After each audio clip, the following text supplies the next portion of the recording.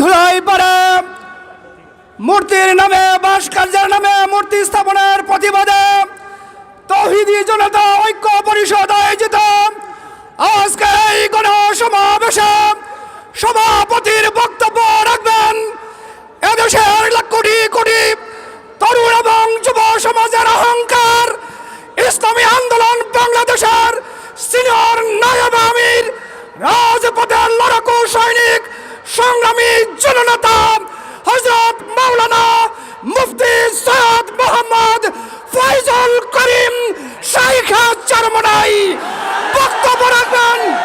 নারায়ে তাকবীর, নারায়ে তাকবীর।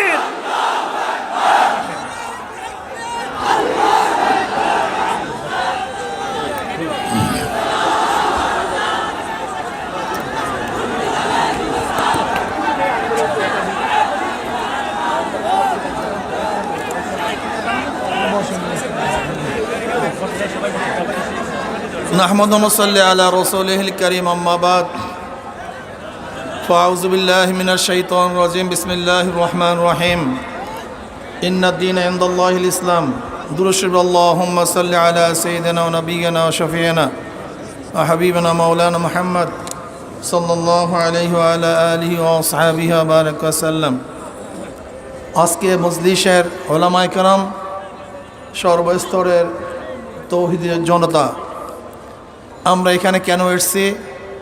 ভাস্কর্যের নামে যে মূর্তি স্থাপনের চক্রান্ত চলতেছে, আমরা তৌহিদি ঐক্যবদ্ধভাবে সেই চক্রান্তকে রুখে দেব। আমরা সেখানে মূর্তি হতে দেব না। এই ব্যাপারে আমরা সবাই একমত। আমরা কারা কারা একমত দুই হাত তুলে প্রশাসনকে বলবো, আপনারা দেখেন এটা একটা সমর্থন, এটা একটা সমর্থন। আমরা কেউ ওখানে মূর্তি হতে দেব না। হাত নামাই দেখেন, যদি মাস পিপুলের ভোট অনুযায়ী সরকার গঠন হতে পারে, তাই মাস পিপুলের রায় অনুযায়ী সিদ্ধান্ত কেন হবে না? মাস পিপুল রায় দিয়েছে ওখানে মূর্তি হবে না। যদি আমাদের গাজী সাহেব বলেছিলেন রিক্সাওয়ালাদের মাথার ঘাম পায় ফেলা টাকা দিয়ে আমরা অযথা কোনো কাজ করতে চাই না। যে দেশের মানুষ এখনো খোলা আকাশের নিচে ঘুমাচ্ছে, যে দেশের মানুষ এখনো বস্ত্রহীন চলছে, যে দেশের মানুষ এখনো চিকিৎসাবিহীন মারা যাচ্ছে, যে দেশের মানুষ আজকে ডাস্টবিনে কাক কুকুরের সাথে খাদ্যের জন্য লড়াই করছে, সেই দেশের টাকা দিয়ে ওখানে মূর্তি স্থাপন করা হলে বাংলাদেশের মানুষ মানতে পারে না, সহ্য করতে পারি না। এদেশ কার বাবার দেশ নয়, এদেশ কার দাদার দেশ নয়। আমাদের টাকা দিয়ে মূর্তি স্থাপন করতে দেওয়া হবে না।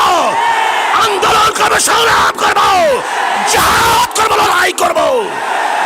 ভাইয়েরা আমার, কথাবার্তা ক্লিয়ার। যদি আপনি মূর্তি স্থাপন করতে চান, মূর্তি স্থাপনের জায়গা আছে, মন্দির, সেখানে মূর্তি স্থাপন করেন। 1000 মূর্তি স্থাপন করেন, কিন্তু বাংলাদেশের 90% মুসলমানদের ভূমিতে কোনো মূর্তি চলবে না, চলতে হবে না। রক্ত দিতে চাই না, যদি দেয়া শুরু করি বন্ধ করব না। রক্ত দিতে চাই না, দেয়া শুরু করলে রক্ত বন্ধ হয় না। মুসলমানের রক্ত কেউ বন্ধ করতে পারে নাই।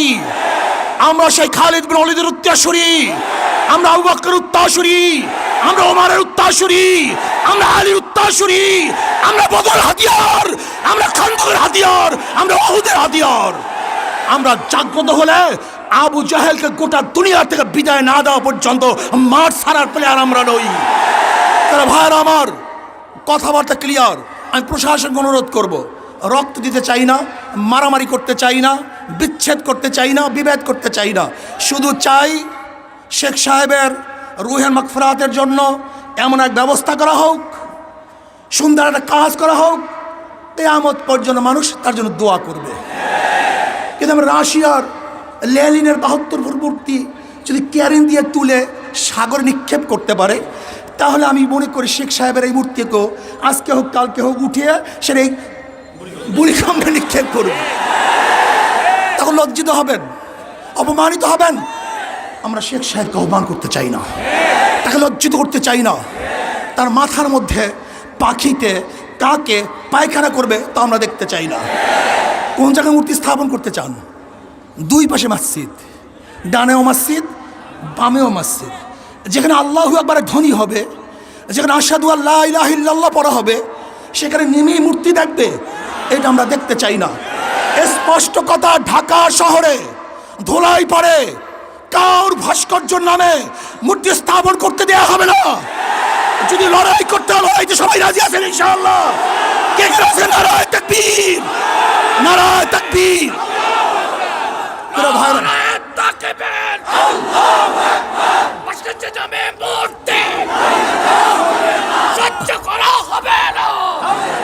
যদি আপনি বন্ধ করেন, কোনো কর্মসূচি থাকবে না। এই পর্যন্ত আমাদের কর্মসূচি। আপনার কাজের উপরে ভবিষ্যৎ কর্মসূচি নির্বাচন করবে, নির্ধারিত হবে।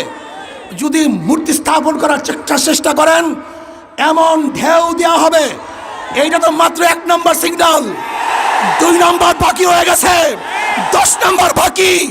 মহাবিপর্যয় কথা বাকি আছে। এমন টর্নেডো সৃষ্টি হবে, ভেঙে তছনছ হয়ে যাবে ইনশাআল্লাহ। টর্নেডো, মহাবিপদ সংকেত, মানুষের ঢেউয়ে মূর্তি সব বুড়িগঙ্গায় পড়ে যাবে, ওখানে মূর্তি থাকতে পারবে না। কাজে আল্লাহ পাক আমাকে এবং আমাদের সবাইকে এই মূর্তি বিরোধী আন্দোলনে অংশগ্রহণ করার তৌফিক দান করুন। ভবিষ্যতে যখন ডাক দেওয়া হবে, সবাই রাজি আছেন ইনশাআল্লাহ? সবাই চলে আসবো। আজকে এখানেই আমাদের কর্মসূচি সমাপ্ত। শান্তিপূর্ণভাবে আমরা কর্মসূচি আসলে আলহামদুলিল্লাহ শেষ করছি। যারা সহযোগিতা করছেন, খাস করে প্রশাসনের আমি বন্ধুদেরকে শ্রদ্ধা নিবেদন করতেছি, ধন্যবাদ জ্ঞাপন করতেছি। আপনারা ভালো কাজে এইভাবে সহযোগিতা করবেন, আমরাও ভালো কাজে আপনাদের পাশে থাকবো। আল্লাহুম্মা আমিন।